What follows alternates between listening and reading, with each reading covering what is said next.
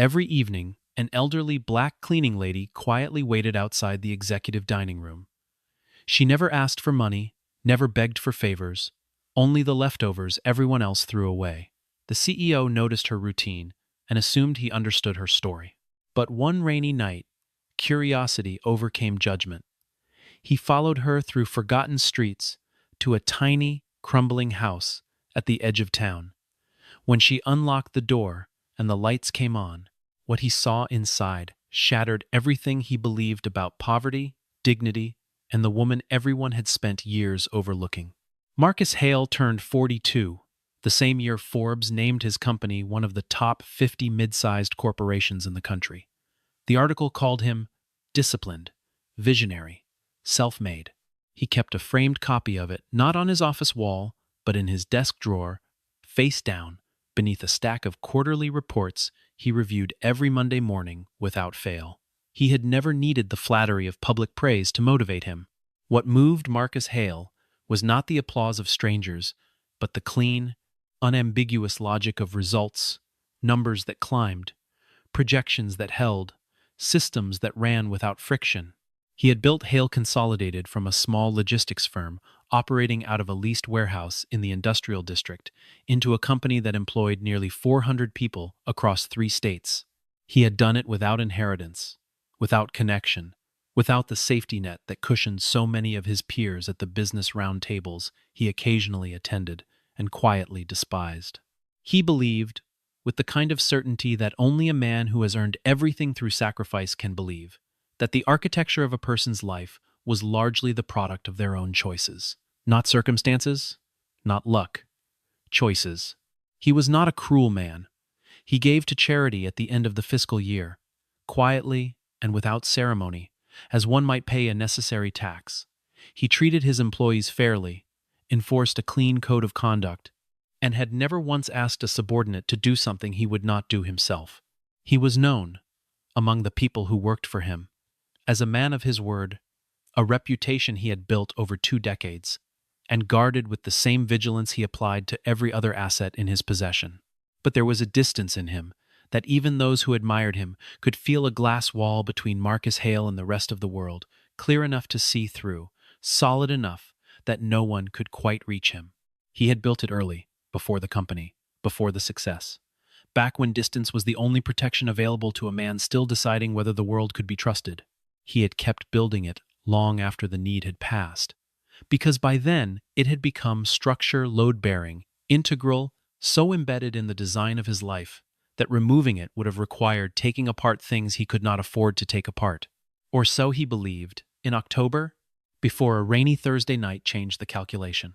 He worked late most evenings, not out of compulsion, but because the building was quieter after 7 o'clock and his thinking sharpened in the silence. He would eat in the executive dining room on the 4th floor, a simple meal, usually whatever the kitchen had prepared for the afternoon, and then return to his office, where he would remain until well past 9. He was known for this. His assistant, a meticulous young man named Ryan, who had worked for him for 3 years, and anticipated his needs with a precision Marcus respected, always left a thermos of coffee outside the office door at 8:30 and was gone by the time Marcus noticed it. The building at that hour was a different place from the building at noon, quieter, starker, the overhead lights on the lower floors set to their dim evening mode, the corridors carrying only the sound of the cleaning crew moving through the spaces the business day had vacated. It was during those late evenings that he first began to notice her. Her name, he would eventually learn, was Eleanor. Eleanor May Simmons. But for months, she was simply the old woman who appeared in the hallway outside the dining room after the kitchen staff had finished clearing for the night. She was perhaps 70, perhaps older. Her age was difficult to gauge, because she carried herself with such steadiness that the years seemed less like burdens and more like things she had simply chosen to wear well. She was not tall. She wore the dark green uniform of the building's contracted cleaning service, always pressed, always clean, and she moved through the hallways with a quiet efficiency that made her nearly invisible in the way that people who are very good at their work often become invisible. There was no wasted motion in anything she did. She cleaned the way a craftsman works, not quickly, not slowly, but at precisely the right pace for the job to be done correctly, with the confidence of someone who has no interest in being watched and no anxiety about being judged. Marcus had been aware of her for nearly 3 months before he had actually looked at her. That fact would stay with him. What she asked for was never much.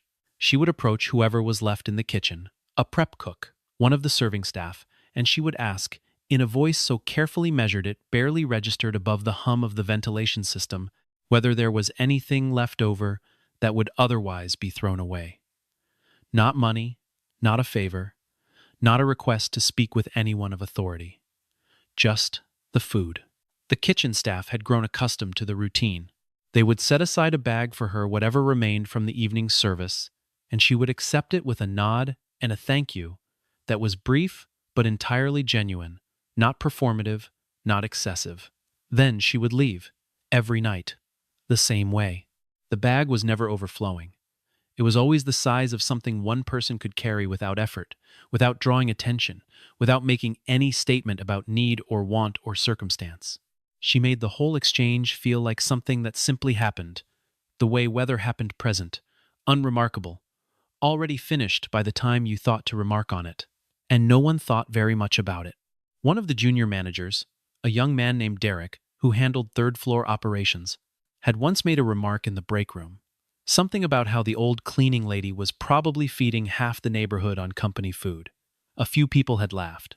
Not meanly, exactly. More in the way that people laugh at something they don't have the energy to examine a quick release. A small moment of shared recognition, and then back to whatever was in front of them.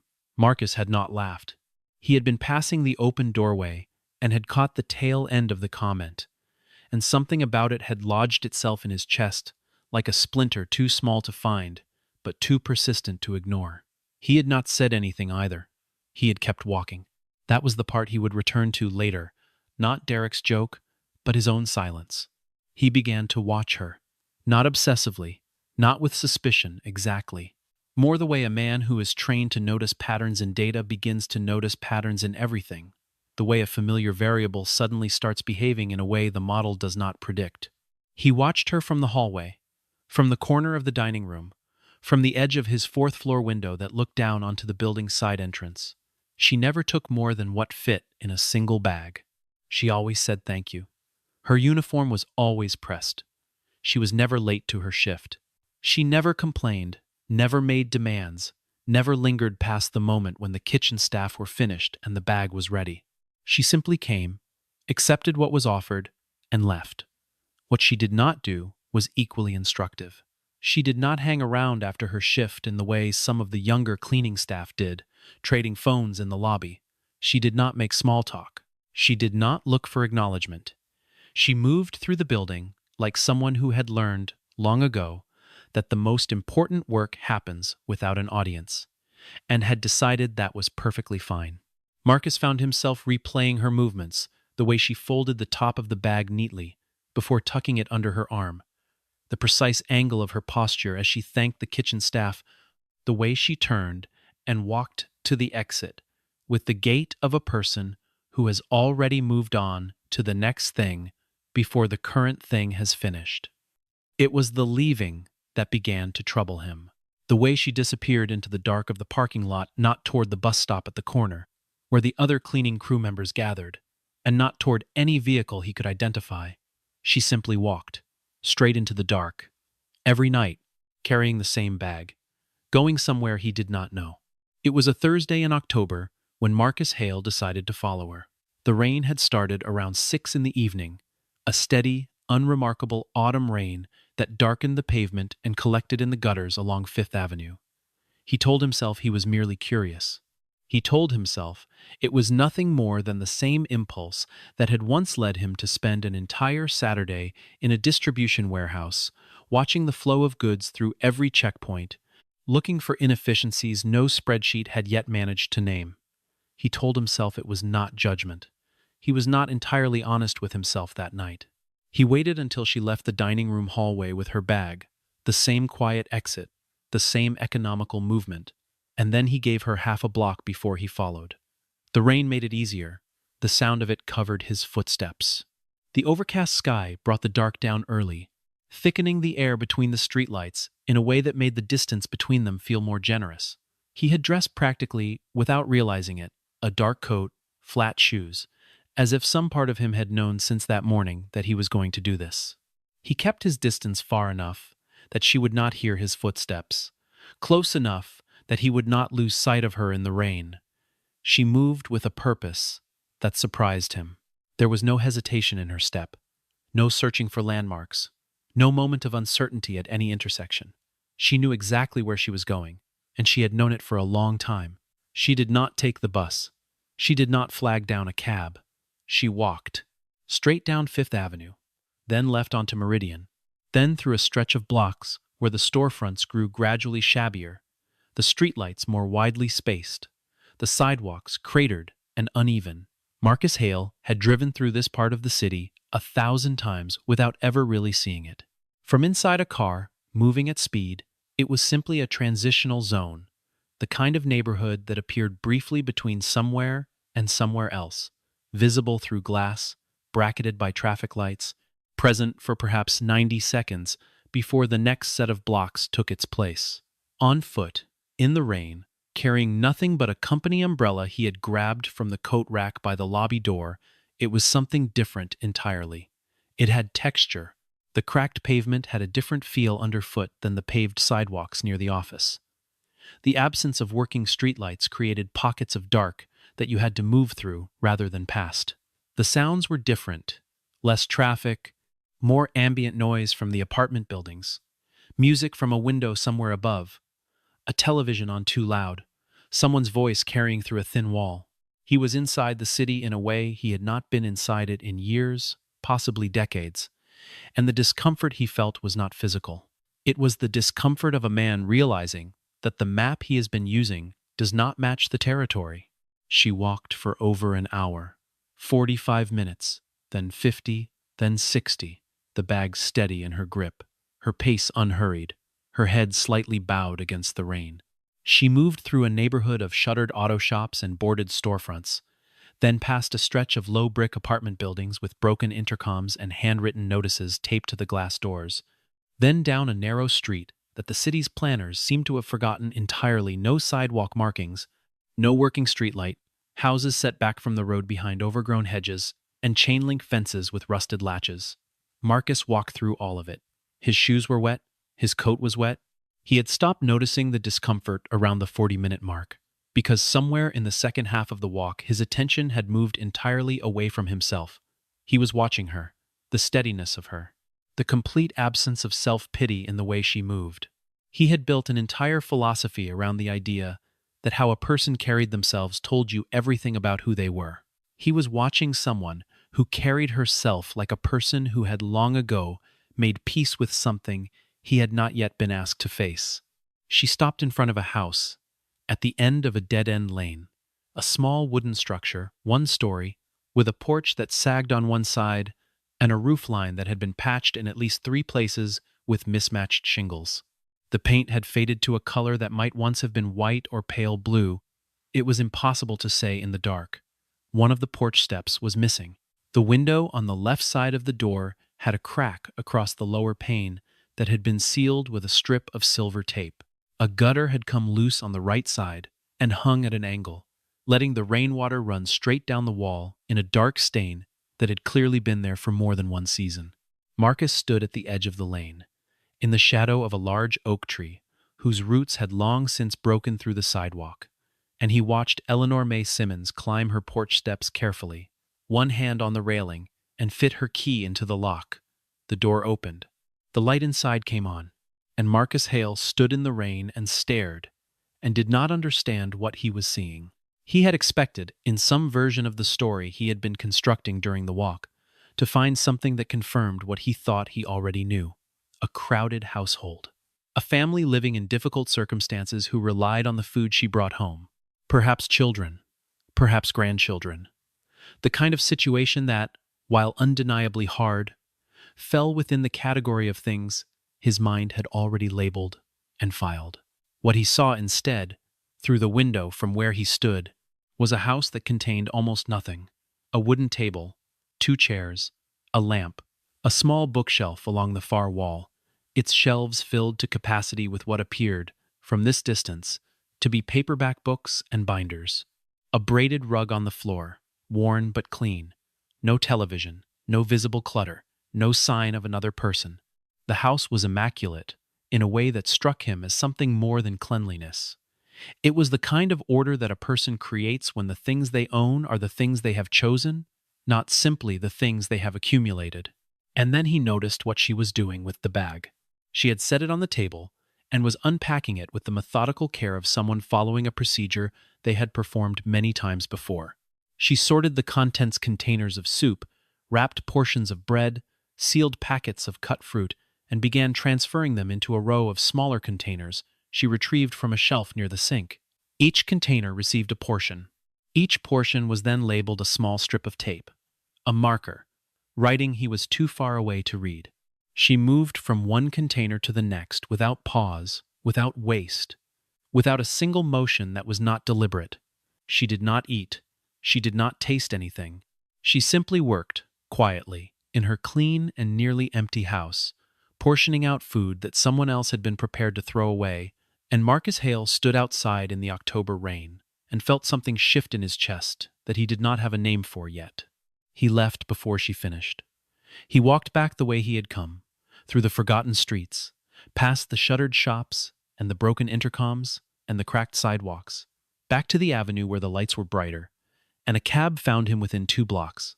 He sat in the back of that cab for the entire ride and did not look at his phone. He looked out the window at the city sliding past and thought about the way she had moved through those streets, that steady, unhurried walk, that bag held at her side, that complete absence of complaint in every step she took, and he could not make it fit into any framework he had previously built for understanding other people's lives. 2 nights later, he went back. Not to follow her this time, he parked his car 2 blocks from her house and waited, because he wanted to understand the second half of what he had witnessed. He sat in the dark with the engine off, and the window cracked, and he watched. The lane was quiet, in the way that streets without much traffic are quiet, not the emptiness of a place that has been abandoned, but the particular stillness of a place where nothing is performed for an audience. A dog barked somewhere 2 streets over. A light went on in the house across from Eleanor's, then off again. The cold came through the cracked window, and he let it, because he thought it was probably important to feel something other than the padded comfort of his car's heated seat while he was watching this. At 8 o'clock, a man appeared at the end of the lane. He was old, perhaps 80, and he wore a heavy coat that was too large for him, the kind of coat that might have fit him 20 years and 30 pounds ago. He walked slowly, with the careful deliberateness of someone managing pain in his knees or his hips, and he climbed Eleanor's porch steps with the ease of someone who had done so many times before. He knocked. She opened the door. They spoke briefly. She handed him a container. He thanked her. Marcus could not hear the words, but he could see the shape of them, the small bow of the old man's head. Then the old man left. 10 minutes later, a woman arrived. She was younger than the old man, perhaps in her late 50s, and she was pushing a small wheeled cart of the kind that people use for groceries when they don't have a car. She knocked. Eleanor gave her a container. She left. Then a third person, a man in his 40s, with a pronounced limp and a cane, wearing a veterans organization cap that Marcus could make out even in the thin light from the porch, knocked, received his container, nodded once, and went back the way he had come. Over the course of the next hour, 6 people came. 6 separate containers, 6 separate brief exchanges, 6 people who called her Miss Eleanor with the quiet familiarity of people who have learned to accept something without making it into more than it is, because making it into more might somehow make it disappear. There was no ceremony, no gathering, no moment when all 6 stood together on the porch or inside the small house. Each came alone and left alone.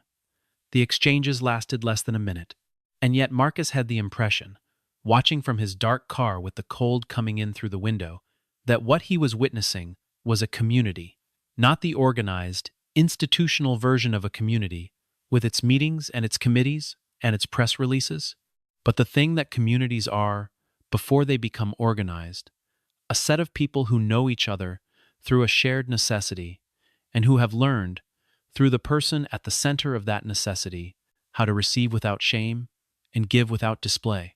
Marcus drove home that night and did not sleep until well past 3 in the morning. He lay in his king-sized bed in his townhouse 6 miles from Eleanor's Lane and stared at the ceiling and ran the numbers in his head, the way he always did when something did not add up. A cleaning woman's salary, he knew the contract rate, had approved it, as part of a broader facilities agreement 18 months ago, without looking at it closely divided against the cost of the food she supplemented it with, which was nothing, which was the point. Walking, always walking, never a bus pass, never a cab to save what could not have amounted to more than a few dollars a day, bringing home food that the company would have discarded anyway, portioning it with the precision of someone managing a limited supply against consistent demand, feeding 6 people, perhaps more on other nights, doing it in a house with almost no furniture, no car, no visible luxury of any kind, and doing it quietly, without credit, without documentation, without a single person at the office, not the kitchen staff who handed her the bag, not the managers who passed her in the hallway, not the CEO who had worked in that building for 11 years knowing any of it. He thought about Derek's joke, the one about her feeding half the neighborhood on company food. He thought about the laughter that had followed. He thought about how he had heard it and felt that small splinter of something and walked on without a word. He had kept walking. That was still the part that bothered him most.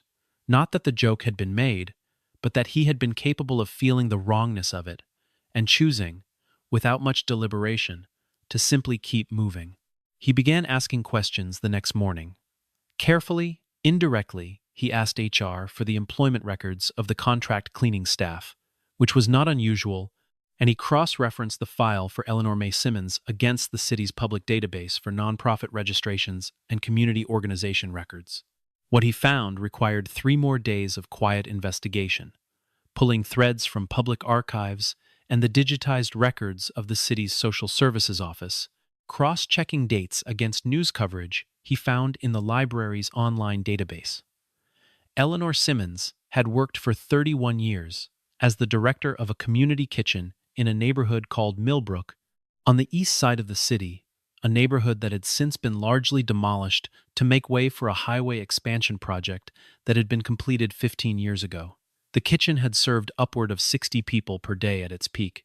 It had been funded by a patchwork of city grants, church donations, and private contributions, and Eleanor had managed it on a budget so lean that her own salary had rarely exceeded a figure that most of the junior staff at Hale Consolidated would have found insulting.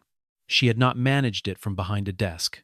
The records showed her name on volunteer rosters, on training documents for kitchen staff, on hand-delivered petitions to the city council when the grant funding had first come under threat. She had fought for it. For 31 years she had fought for it, and then the neighborhood around it had been erased, and the building had been condemned, and the funding had dried up, and that had been the end of it. She had been 59 years old when she left the position. She had no pension beyond a small Social Security disbursement. She had no family listed in any of the records.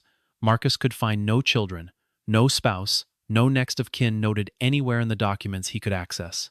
She had, apparently, simply continued doing what she had always done.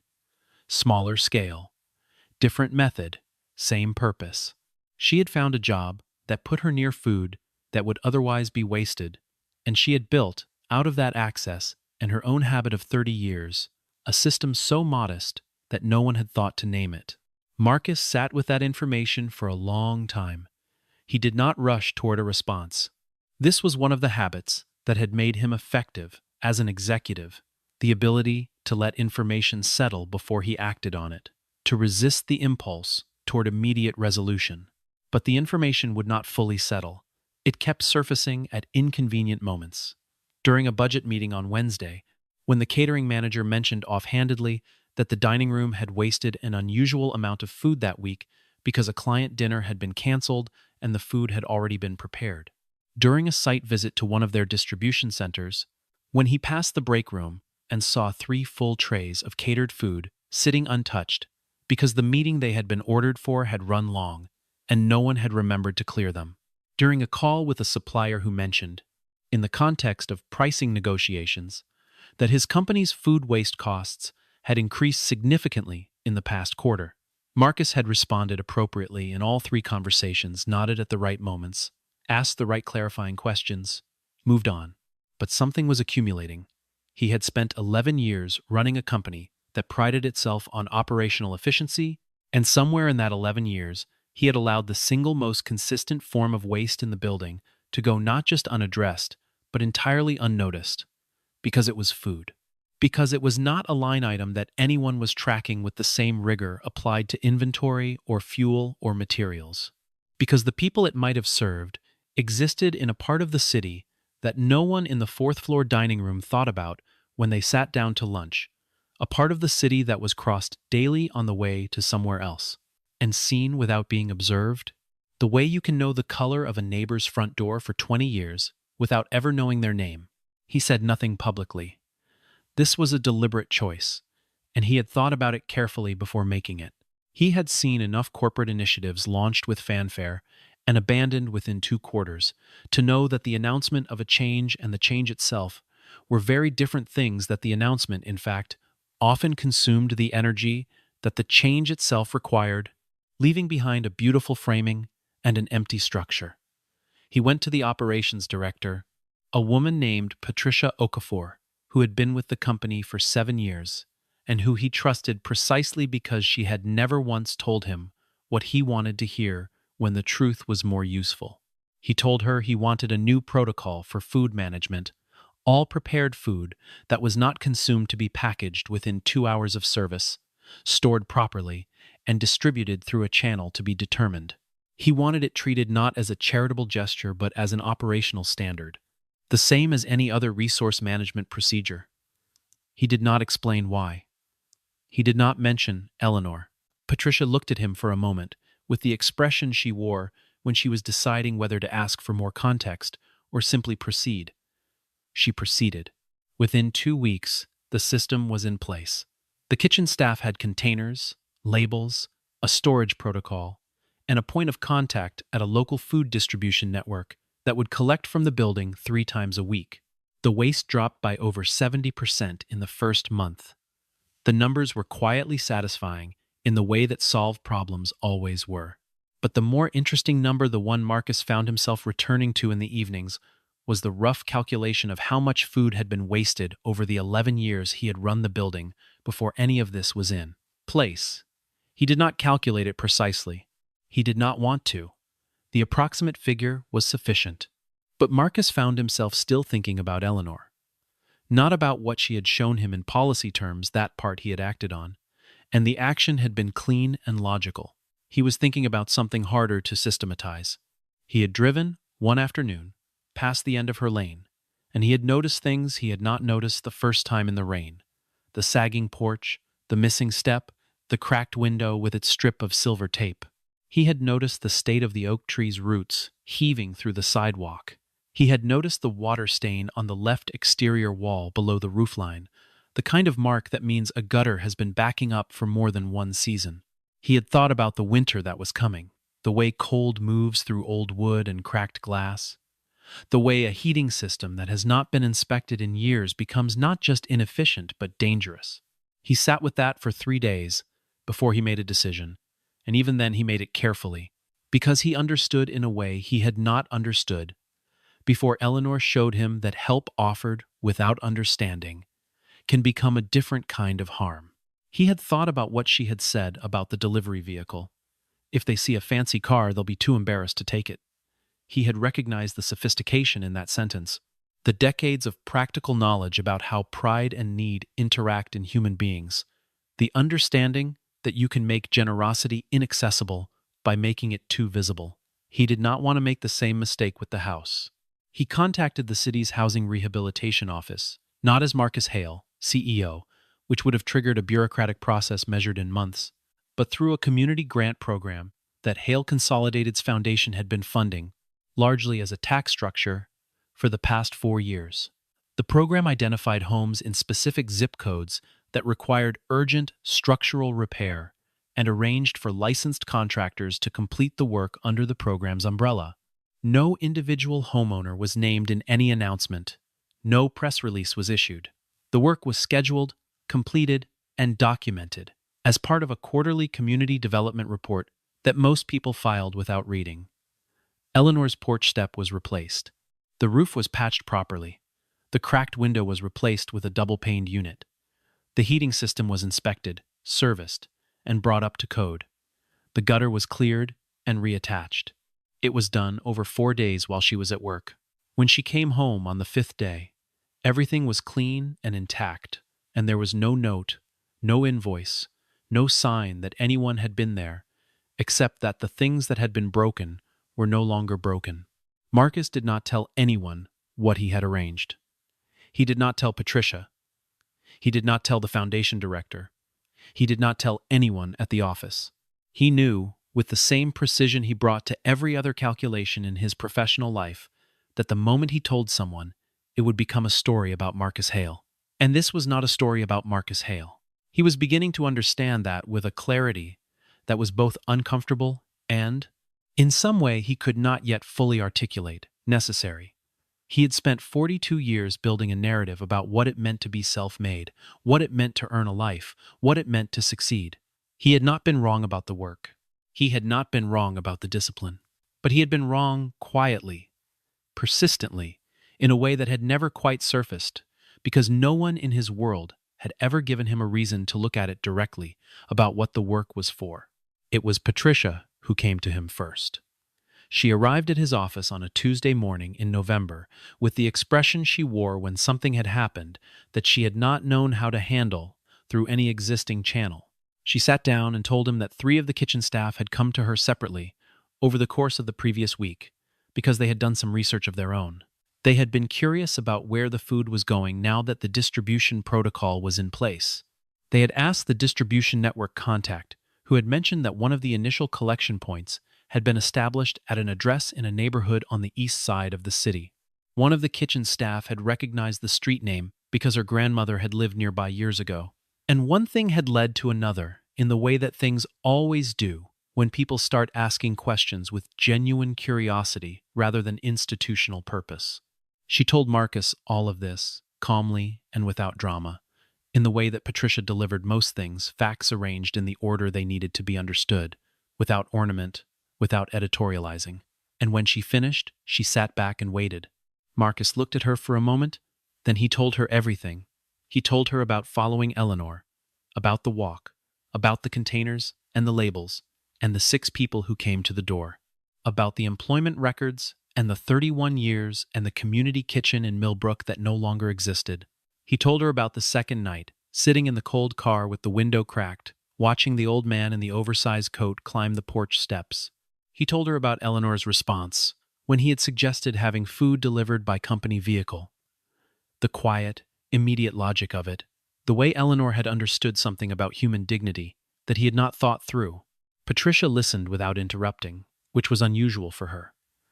When he finished, she was quiet for a long moment. Then she said, "The people we don't see are usually the ones doing the most work." Marcus did not respond to that immediately, because it was true in a way that required sitting with before it could be answered. The 3 kitchen staff members had not kept what they learned to themselves. By the end of the week, the information had moved through the building in the way that significant information always moves. Not as gossip, exactly, but as something that changed the air. People who had walked past Eleanor in the hallway for years and barely registered her presence began to look at her differently, not in a way that made her uncomfortable, not with the synthetic warmth of people performing a sudden, newly discovered respect, the kind that announces itself loudly and fades within a season, but in the quieter, more durable way of people who have been shown that they missed something important and are still in the process of recalibrating. There was an awkwardness in it, an honest human awkwardness that was, in its own way, more respectful than any formal acknowledgement would have been. People who had previously looked through her began to look at her, and finding that they did not know what to say, said nothing, and simply held the door a moment longer or moved to make room in the elevator without being asked. One of the younger women from accounting left a potted plant outside the supply closet, where Eleanor stored her cleaning equipment, with no card and no explanation. One of the security guards, a man named Thomas, who had worked nights for 12 years and knew Eleanor the way people who keep the same hours come to know each other, not through conversation, exactly, but through proximity and routine, and the small, reliable constants of another person's presence, started making sure the hallway near the dining room was lit earlier in the evening, so the walk from the kitchen to the exit was better. Small adjustments, quiet ones, the kind that don't make it into any record, but that a person feels nonetheless. The way you feel the temperature of a room change even when no one has touched the thermostat. Marcus went to see her on the last Friday of November. He did not call ahead. He drove to the end of the lane, parked, and walked to the porch, the repaired porch, the new step solid under his foot, the railing steady in his hand, the replacement window catching the last pale light of the afternoon. He knocked. She opened the door after a moment, and she looked at him with the unhurried, appraising steadiness of someone who is never entirely surprised by anything. She did not seem alarmed. She did not seem confused. She simply looked at him, and after a moment she said, "Mr. Hale." Just that. His name, in a voice that indicated she had known who he was for some time, and had simply been waiting for him to arrive at whatever it was that had brought him here. He had rehearsed this visit in his mind more times than he would have liked to admit. He had considered bringing a formal offer, a check, documentation of the Foundation's programs, some tangible proof of the changes he had set in motion. He had rejected all of it, one by one, over the course of several evenings, until he arrived at the only thing that felt true. A single container of food, sealed and labeled the way the kitchen now labeled all of them, carried to her door the way she had once carried containers to 6 others. He held it out to her. It was a small thing. He knew it was a small thing. But he had thought about it for 3 weeks and had not been able to arrive at any gesture that felt less false than this one bringing to her door, in the form she had established, something that fit within the system she had built. She took it. She looked at it for a moment, and something moved across her face that was not quite a smile and not quite surprise, something quieter than either. The expression of a person who has received exactly what they needed without having asked for it. Then she looked at him. He said, "I thought I came here to help you." He stopped. The sentence didn't want to continue in the direction he had planned. He started again. "I thought I understood what I was seeing. When I followed you, I thought I knew what the story was." He stopped again. Eleanor waited. She had the patience of someone who has learned, over many decades, that most things worth saying take a moment to find their form. He said, "You saved me from something. I don't think I can explain it exactly. But I was carrying something that I didn't know I was carrying, and you." He did not finish the sentence. Eleanor nodded, slightly, as if the unfinished sentence was perfectly adequate. Then she said, in the measured voice that barely reached above the level of the winter wind coming down the lane, "If you still have something to give, then you're still rich." She said it simply, not as a lesson, not as a sermon, as a statement of fact, the same way she might have noted the time or the temperature. He stood on her porch for another moment and did not speak, because there was nothing to add to that. Then he thanked her. She nodded again. He walked back down the lane to his car. He sat in that car for a while, before he started the engine. The lane was quiet. The street light at the far end threw a long shadow across the pavement. The oak tree, whose roots had broken through the sidewalk, creaked faintly in the wind, the same tree he had stood under in the rain 2 months ago, watching Eleanor unlock her door for the first time. He thought about Eleanor May Simmons, who had spent 31 years running a kitchen that fed 60 people a day, and then had spent the years after that feeding 6 or 8 or 10 people a night from a bag of leftovers she carried home on foot through a city that had long since stopped noticing she was there. He thought about what it meant to have built something, a company, a reputation, a philosophy about how the world worked, and to discover, not through catastrophe but through the quiet, steady example of someone you had spent years not seeing, that the foundation of the thing you built was missing a room. Not the wrong shape, not the wrong size, simply missing a room that should have always been there. He thought about the walk she took every night, the hour-long walk through the parts of the city he had driven through without seeing. He thought about the containers with their neat labels, the doors that opened at 8 o'clock, the people who called her Miss Eleanor, with the familiarity of people who have learned to receive something without embarrassing the person who gives it. He thought about the 31 years. He thought about the Millbrook kitchen and the city grant that had dried up, and the neighborhood that had been demolished for a highway nobody had ever once consulted the residents about.